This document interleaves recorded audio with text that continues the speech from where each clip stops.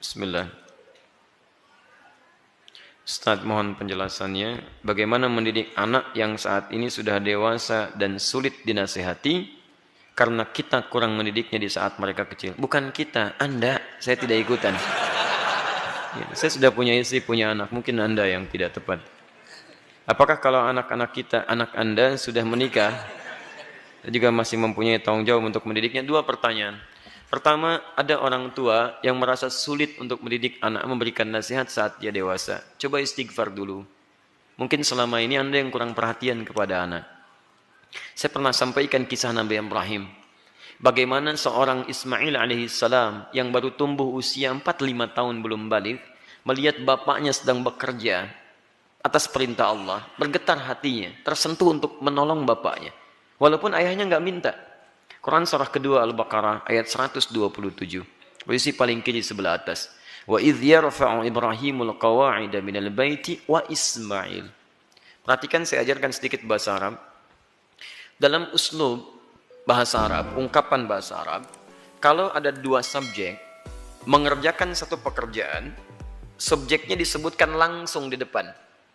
Maka ini menunjukkan porsi pekerjaannya sama, sebanding. Tapi kalau ada satu disebutkan di depan, yang kedua diakhirkan, ini menunjukkan bahwa yang kedua ini sekedar membantu yang pertama saja.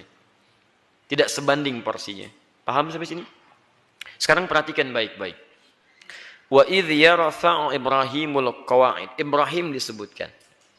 Dan ingatlah ketika Ibrahim diperintahkan oleh Allah meninggikan kembali bangunan Ka'bah yang sempat terkena banjir di masa Nabi Nuh alaihissalam. Wa Ismail dan Ismail. Ismailnya diakhirkan. Padahal Allah bisa berfirman begini misalnya di luar Quran. Wa idh yarfa'u Ibrahimu wa Ismailul qawa'id. Kalau Ibrahim dan Ismail dua-duanya seimbang.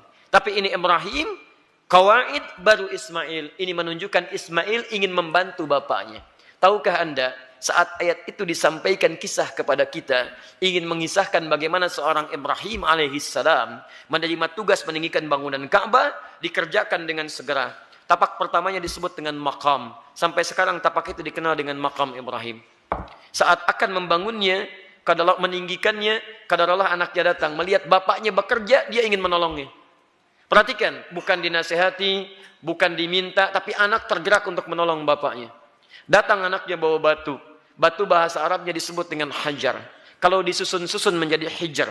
Kalau jadi bangunan disebut hujrah. Kalau jadi ruangan kamar-kamar disebut dengan hujurat. Maka dia mulai membantu bapaknya. Kalau bahasa kita, boleh nggak saya bantu? Dia bawa hajar, dia susun-susun.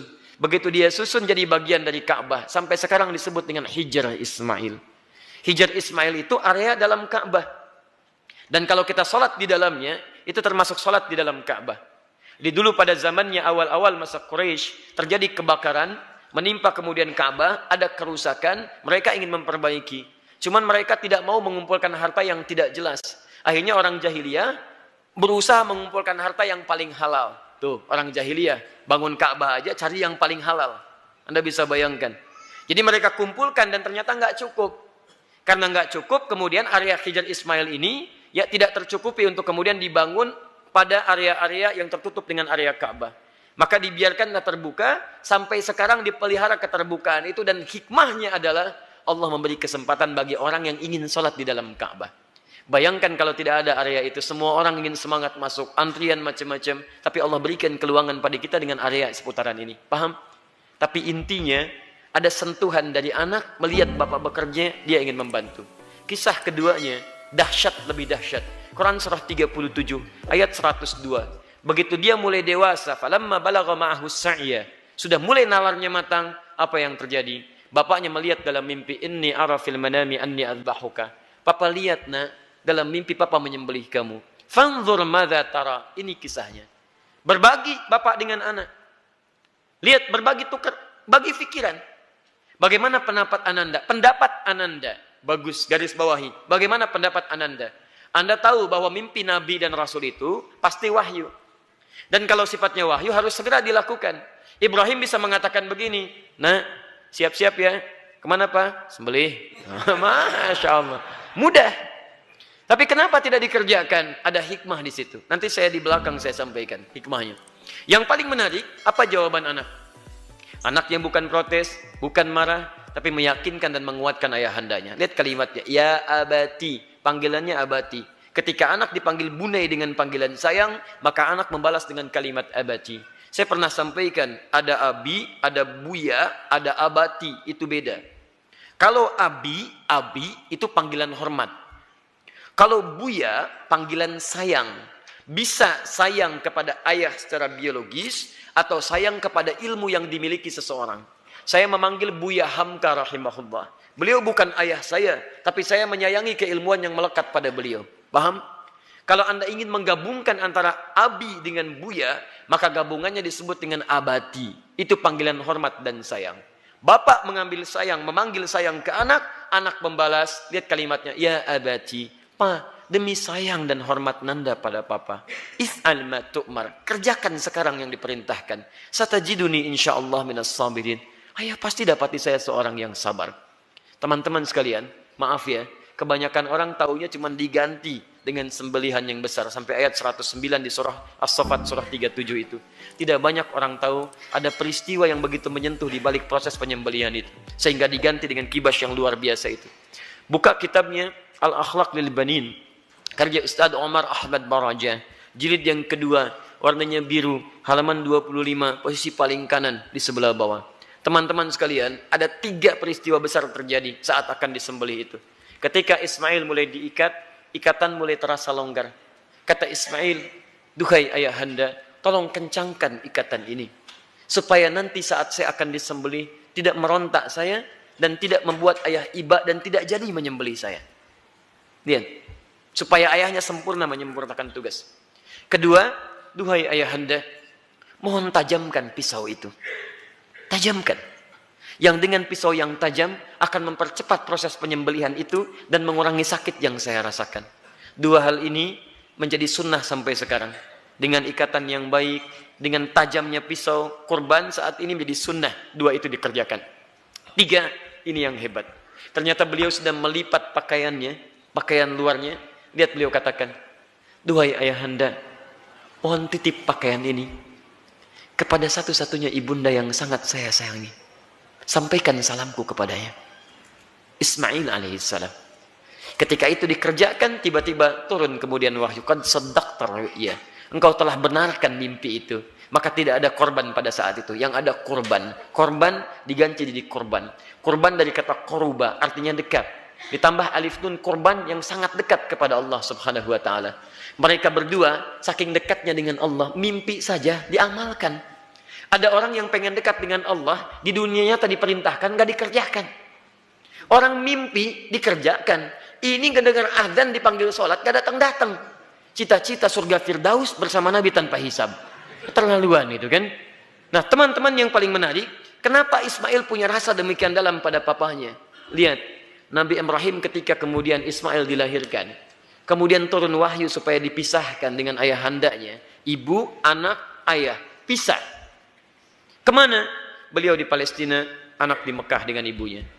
Quran surah 14 ayat 37. Biwadin ghairi dhi zar'in 'inda baitikal muharram. Ditinggalkan di satu tempat yang tandus tumbuhan gak ada. Lihat baik-baik ya. Saya percepat langsung. Ini Ismail dengan ibundanya, ini Ibrahim. Di balik jarak yang jauh, Nabi, Rasul punya tugas mencari nafkah, punya macam-macam, tapi beliau masih menyempatkan waktu untuk menengok perkembangan anaknya. Tengok siapa yang merawatnya, bagaimana pertumbuhannya, bagaimana asinya, bagaimana pertumbuhan kampungnya. Dari Palestina ke Mekah, itu kalau pakai bis, 1 hari 2 malam. Tengok, makanya disebut Ibrahim, sang penyeberang. Makanya disebut Ibrahim, diambil dari serapan bahasa Arab Abun Rahim. Yang paling hebat, kenapa itu bisa terjadi, dan bagaimana feedbacknya kepada kita semua, kita lanjutkan setelah menunaikan salat Isya berjamaah. Subhanakallahumma bihamdika asyhadu an la ilaha illa anta astaghfiruka wa atubu ilaik. Assalamualaikum warahmatullahi wabarakatuh. Alhamdulillah wassalatu wassalamu ala Rasulillah wa ba'd. Ikhwas sekalian, kita telah menunaikan salat Isya berjamaah, juga amalan sunnahnya. Kita bermohon pada Allah Subhanahu wa taala semoga salat yang telah kita tunaikan diterima oleh Allah Subhanahu wa taala dengan penerimaan terbaik insyaallah. Kita coba lanjutkan, pemirsa dimanapun Anda berada. Kesulitan nasihat yang diterima oleh anak terkadang bukan karena anak itu tidak mau mendengar nasihat orang tuanya, tapi seringkali diakibatkan karena orang tua tidak memiliki perhatian yang cukup kepada anak sebelumnya. Perhatikanlah bagaimana Nabi Ibrahim, seorang nabi, seorang rasul, seorang ayah yang dengan segala kesibukannya itu masih memberikan waktu yang luang untuk bermain, mengamati dan hadir dalam keadaan dan permainan anak-anaknya. Sehingga apa yang terjadi, walaupun tinggal beliau di Palestina, anaknya berada di Mekah, itu masih tetap bisa mengontrol, Pak. Beliau melihat bagaimana lingkungannya, perkembangannya, mainnya, tentang asiknya, tentang kisahnya. Sehingga ketika orang tua hadir dalam dunia anak, anak tidak merasa kehilangan dengannya. Itu yang dimaksudkan di Quran surah ke-31 ayat 13 sampai ayat 19 itu. Ada 4 pendidikan dini yang harus ditanamkan pada anak sejak awal, sehingga anak itu akan mudah nanti mendekat kepada Allah, dekat dengan orang tua, dan bergaul balik dengan lingkungannya. Ayat 13-nya pengajaran tentang tauhid, ayat 14 sampai 15 mengajarkan tentang bagaimana pendekatan anak dengan kedua orang tuanya. Ayat selanjutnya mengajarkan tentang bagaimana pendidikan salat ditanamkan sejak dini, dan yang keempat tentang akhlak supaya dia dekat dengan lingkungannya. Nah, ini kadang-kadang yang kita lupa. Mohon maaf, kita itu bukan nabi, rasul juga bukan. Surganya tidak sedekat Nabi Ibrahim. Maaf, gelar kita bukan Khalilullah, bukan Abul Anbiya. Sesibuk apa sih? Kadang-kadang pekerjaan berangkat gelap, pulang gelap, anak tidak bisa terlihat dengan baik. Ini barangkali yang menyebabkan anak-anak kadang ingin mencari perhatian. Bukan karena nakal, tapi mungkin karena orang tuanya tidak hadir dalam dunianya. Yang jadi persoalan. Saya mohon Bapak Ibu sekalian, kita sudah punya pengalaman yang sama. Ya, setiap Anda pulang ke rumah, anak kan tidak akan menyebut dengan profesi Anda. Anda jadi direktur di kantor, tapi di rumah anak Anda itu mengharapkan ayah, bukan direktur. Pernah Anda pulang disambut oleh anak, Pak Direktur, Masya Allah, hebat kalau begitu Anda. Saya selama ini pulang ke rumah, anak kami masih kecil-kecil. Sejak dia usia 3 tahun, anak yang pertama, itu menanti depan rumah. Gak pernah saya pulang sampai ke rumah dibuka, sampai hari ini dengan adiknya. Kalau menyambut kami, datang dia berdua, tidak pernah memanggil sampai hari ini. Ustadz, tidak. Ternyata mereka menunggu ayahnya gitu. Satu kejadian, karena tahu saya sering kali pulang malam, dia siangnya tidur. Banyak dia tidur, supaya tunggu malam saya datang. Ternyata kadang ingin menampilkan sesuatu. Ingin menyampaikan pesan tertentu. Kadang ingin menyampaikan pesan bahwa saya sudah menghafal surat 8 jam tunggu-tunggu itu. Antum juga begitu. Anak antum mungkin menyiapkan karya macam-macam. Cuman ketika pulang, beban pekerjaan Anda yang di luar itu kadang dibawa ke rumah. Itu yang membuat kita tidak adil. Itu yang repot. Kadang-kadang masalah di kantor dibawa ke rumah. Nyampe ke rumah anak sudah menunggu. Sudah menyusun senyum sebaik mungkin, ketika dibuka ayahnya cemberut. Papa, diam kamu. Hah? Kenapa mas? Kamu lagi ikut-ikutan. Ikut apa? Dia jadi nggak nyaman situasinya. Begitu saya datang tiba-tiba, Buya, main bola yuk. Ah, main bola tuh. Main kita apa malam? Itu yang menarik. Sampai besoknya diceritakan sama bundanya, Buya itu capek kak, tunggu dulu ya. Pijitin dulu, bobok sebentar, baru main. Besoknya ditunggu, Masya Allah, di depan pintu. Buya, capek ya? Masya Allah. Ayo sini bobok, kakak pijitin. Pijitin pak. Bobok dulu, bobok merem, katanya merem. Begitu merem kita, baru semenit. Ya bangun, main bola yuk. Masya Allah. Tapi itu tuh susah didapatkan lagi ketika dia dewasa. Jadi kalau Anda nggak dapat sekarang, besok Anda tidak akan bisa meraihnya. Karena itulah orang tua seperti Ibrahim alaihissalam memberikan perhatian yang dalam. Anak itu punya rasa. Jangankan mendengar nasihat bapak ibu, ya nyawa saja mau diserahkan kok. Bapak cuma mimpi melihat kamu begini. Kak, kerjakan sekarang pak. Coba antum tes pulang dari sini. Bapak tadi ikut kajian Quran Sunnah Solution. Wah, dapat gambaran. Nyembelih kamu. Bagaimana pendapat kamu? Wah, sesat pak itu. Jangan ikuti lagi. Repot gitu kan. Jadi yang pertama itu demikian. Pertama kita koreksi dulu. Yang kedua kita mendekat kepada Allah, berdoa, ya Allah, tidak engkau titipkan anak itu kepada ibunda yang lain kecuali pada hamba, ya Allah. Berikan kekuatan. Hamba yakin Engkau tidak pernah memberikan ujian kecuali kepada yang sanggup menjalaninya. Sentuh hatinya ya Rabb, sentuh hatinya ya Rabb. Ingat ketika seseorang telah menikah pun, kewajiban untuk memberikan nafkah berhenti memang. Tapi mohon maaf, perhatian itu kan tidak terputus. Anda masih berhak memperhatikan, memberikan arahan dan sebagainya. Karena itu, jangan putus dalam memberikan nasihat, sampaikan dengan cara yang terbaik. Kalau tidak pakai bahasa akal, gunakan bahasa hati. Setidaknya jadikan ia teman dalam kehidupan. Insya Allah dengan kalimat yang menyentuh, lama-lama dia akan tersadar. Jadi buka dengan doa, setelah itu ajak untuk berbicara dengan bahasa hati. Nah, Mama bersyukur kamu sekarang sudah tumbuh dewasa, cukup pintar, teman kamu banyak. Dulu saat kamu dikandung, masuklah ke situ. Besar harapan Mama terhadap kamu. Tiap malam Mama bermohon kepada Allah mengalirkan air mata. Supaya kita itu bisa sama-sama. Sama-sama duduk, sama-sama tersenyum.